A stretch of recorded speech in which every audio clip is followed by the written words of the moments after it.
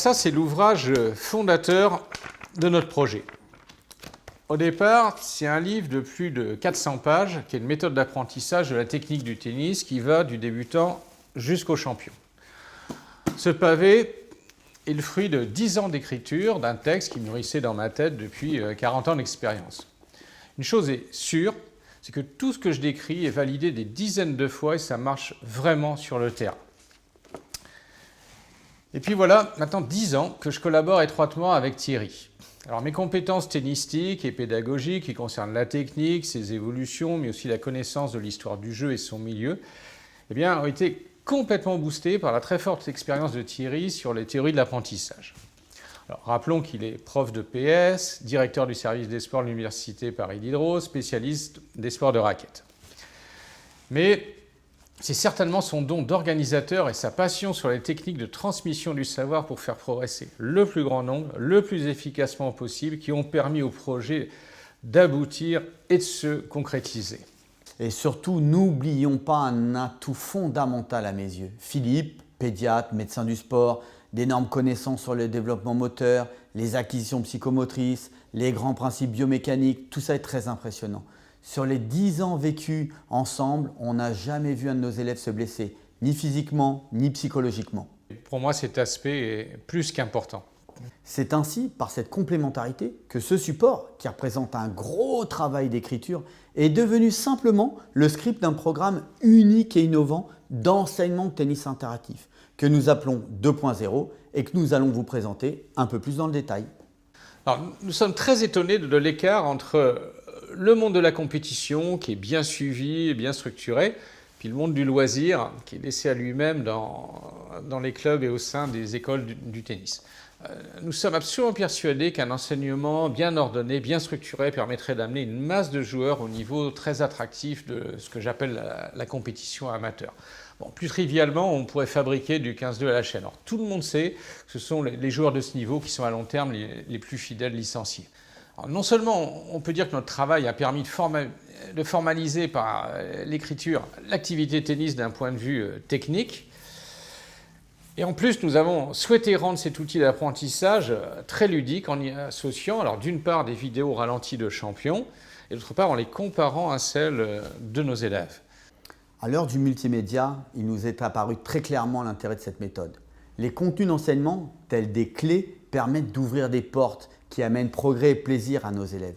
Cette hiérarchisation de l'activité permet à l'élève de se situer dans ses apprentissages, connaître ses acquis, identifier ce qu'il lui reste à apprendre, d'avoir un langage commun avec son entourage tennis et de créer au sein des clubs de véritables écoles de tennis avec un programme d'enseignement.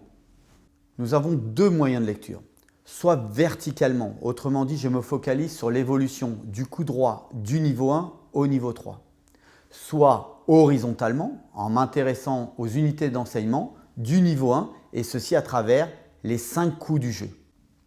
Alors, nous avons donc créé un outil pédagogique très interactif dont la force principale est l'ordre dans lequel on va mettre les choses en place sur chacun des 5 coups du tennis. Le coup droit, le revers, la volée, le service et le retour de service. Prenons un exemple avec une lecture verticale du coup droit. Le contenu d'enseignement de chaque coup commence par des généralités qu'il faut lire et comprendre. Puis, l'enseignement proprement dit est hiérarchisé en 3 niveaux de pratique. Chaque niveau de pratique différencie le travail du haut du corps et du bas du corps. Et pour les niveaux supérieurs, décrit des coups et situations spécifiques. Seul l'apprentissage de la volée échappe un peu à ce plan. Ainsi, sont distinguées des unités d'enseignement, définies par 3 critères, le nom du coup, le niveau et le titre de l'unité. Par exemple, coup droit niveau 1 au niveau du haut et du bas du corps, coup droit de niveau 2 au niveau du haut et du bas du corps et gommer les fautes directes sur 4 types de balles. Et enfin, coup droit de niveau 3 au niveau du haut et du bas du corps avec un travail spécifique sur 11 types de coups droits différents. En zoomant un peu plus sur une UE particulière, le coup droit de niveau 1, chaque unité d'enseignement va comprendre un certain nombre de contenus d'enseignement spécifiques. Si l'on prend l'exemple du coup droit de niveau 1 au niveau des bras, ils sont au nombre de 5. La prise de coup droit fermé correcte, la position d'attente correcte, l'armée par le haut, la position de la main et du poignet en fin de préparation et finir complètement son geste sans aucune retenue. En augmentant toujours le zoom, on précise que tous les contenus d'enseignement sont toujours traités avec le même plan. Ce qu'il faut comprendre, les défauts les plus courants, les exercices pour corriger, le résumé à retenir. C'est illustré par un tableau qui récapitule ce qu'il faut retenir, ainsi qu'une ou plusieurs vidéos, le plus souvent en mode ralenti, prouvant que les champions respectent parfaitement le critère d'apprentissage. Les vidéos d'apprenants permettent les comparaisons avec celles des champions et permettent ainsi de mettre en place les corrections nécessaires. Alors ce programme interactif est un outil pédagogique dont la force principale, d'une part, réside dans la hiérarchisation en 3 niveaux sur chaque cours et d'autre part, sur l'ordre dans lequel les critères techniques doivent être mis en place. Alors, schématiquement, le niveau 1 s'adresse aux joueurs techniquement débutants. Le niveau 2, un joueur qui possède les bases techniques que devrait avoir tout joueur de fin de 3e série, mais qui permettra largement à un joueur d'aller jouer à un niveau fin de seconde série. Bon, enfin, le niveau 3, c'est pour les très bons joueurs de compétition, jouant largement le milieu de seconde série, qui désirent se perfectionner pour aller vers le haut niveau. Bon, il nous semble important d'apporter des précisions sur le niveau 3. Ce niveau, il a été écrit pour que l'outil pédagogique soit complet, balayant tous les niveaux, du débutant jusqu'aux joueurs professionnels. Mais ce niveau, il s'adresse à de très bons joueurs ou joueuses, au minimum milieu de seconde série, en gros de 6e, et puis qui possèdent des qualités physiques importantes et très impliqués dans la compétition. En pratique, il s'agit de joueurs assez jeunes qui sont au minimum pris en charge par leur club, en fait très souvent par leur ligue, voire la fédération. Bon, quand on voit ces joueurs évoluer en tournoi, on peut dire qu'ils sont bien pris en charge par un système fédéral qui a fait ses preuves. Alors, insistons sur le fait que niveau technique ne veut pas dire obligatoirement classement, car celui-ci dépend bien évidemment de l'âge et des capacités physiques, mais aussi de l'investissement en temps pour faire de la compétition. Mais l'essentiel en pédagogie, c'est l'ordre dans lequel on va mettre les choses en place. On ne demande pas à un élève de CP de résoudre un problème mathématique de terminale. On lui apprend les bases, puis au fur et à mesure de sa scolarité, les notions qui lui permettront 10 ans plus tard de résoudre le problème. Alors, des années d'expérience nous ont appris de façon assez troublante que l'ordre de mise en place des critères techniques est le même quel que soit l'âge. Les seules différences étant d'une part que le jeune imprime plus vite, mais efface aussi plus vite, tandis que l'adulte imprime plus difficilement, mais aussi plus durablement. Bon, d'autre part, les messages seront bien sûr un petit peu plus visuels et mimétiques chez l'enfant et un petit peu plus intellectualisés chez l'adulte.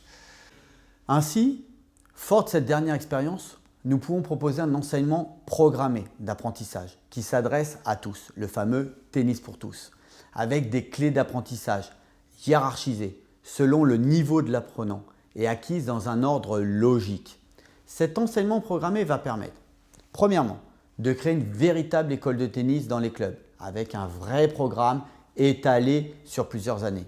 La condition fondamentale est bien entendu que les enseignants soient convaincus que dès le plus jeune âge, les enfants aiment travailler et apprendre. Deuxièmement, de fidéliser les enfants au sein de l'école de tennis de leur club.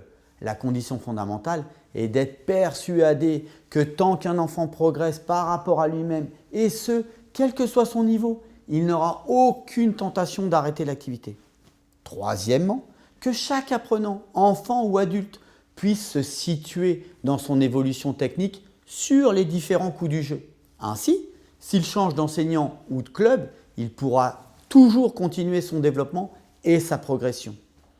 Quatrièmement, de faire en sorte que tout le monde, enseignant, apprenant, parle un même langage, condition fondamentale si l'on veut créer un tennis pour tous.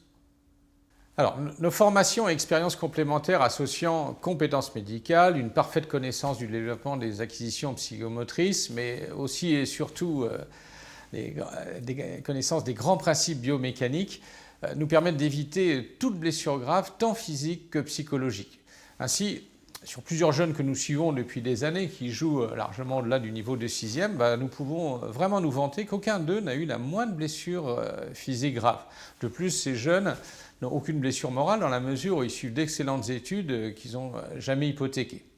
Alors, je rappelle que Federer, dans la technique, est bien sûr parfaite, respecte tous les grands principes biomécaniques, lesquels engendrent chez lui cette fameuse fluidité parfaite que tout le monde admire. Eh bien, il n'est jamais blessé et donc il doit vraiment être un exemple pour tous. Le point peut-être le plus fort de ce programme d'enseignement est d'exister et surtout de fonctionner, avec un énorme succès là où il est mis en place. Notons que 2 principes pédagogiques fondamentaux régissent cette formation. D'une part, que si le geste est déjà faux à vitesse très lente, avec une balle lancée dans d'excellentes conditions, à la main par exemple, ce même geste n'aura aucune chance de devenir juste quand la vitesse va s'accélérer et que les conditions deviendront très variées. D'autre part, que la qualité est bien plus importante que la quantité. À Paris Diderot, les étudiants débutants sont enthousiastes, complètement étonnés des progrès rapides qu'ils font et qui vont bien au-delà de ce qu'ils pouvaient imaginer en s'inscrivant. Le taux de renouvellement des inscriptions est d'ailleurs de 100%. Toujours à Paris Diderot, les étudiants et enseignants-chercheurs initiés, qui stagnaient depuis plusieurs années, sont encore plus étonnés des progrès accomplis avec un volume de jeu qui est pourtant très réduit. Donc la méthode tennis me permet de me situer dans mon évolution technique. Elle me permet d'avoir des critères précis et d'apprendre tous les coups du tennis. Ça me permet d'apprendre les différents critères précis, après d'apprendre les différents coups du tennis et en regardant les vidéos des champions. Moi, ce que va apporter cette technique, c'est surtout de pouvoir avoir des critères précis et pouvoir se situer par rapport à sa propre technique. Il faut s'amuser aussi.